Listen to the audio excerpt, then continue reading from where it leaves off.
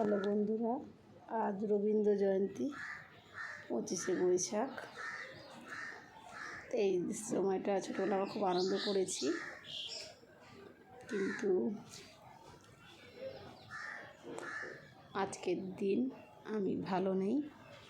বিগত 5 বছরের উপর হয়ে গেল এই দিনটা আমার কাছে আর শুভ নেই।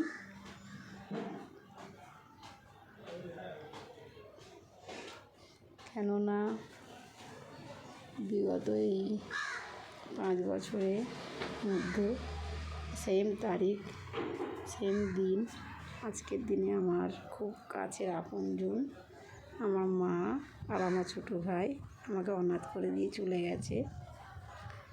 তো সারা জীবনে আমি একা দুঃখ কষ্ট করে এসেছি, কিন্তু এই ইউটিউবের মাধ্যমে যেসব বন্ধুরা আমাকে দেখছো তাদেরকে জানাচ্ছি না আমার যে কষ্টটা হচ্ছে, সেটা আমি তোমাদের সাথে একটু শেয়ার করছি।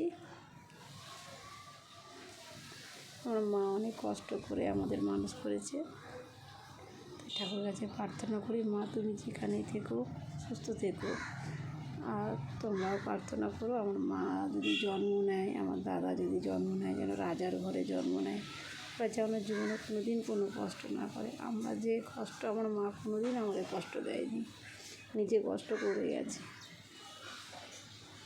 খাইয়ে পড়ে, হয়তো আমার ভালো মন্দ না খাওয়া, কিন্তু খাইয়ে পড়িয়ে মানুষ করে গেছে। তাই আজ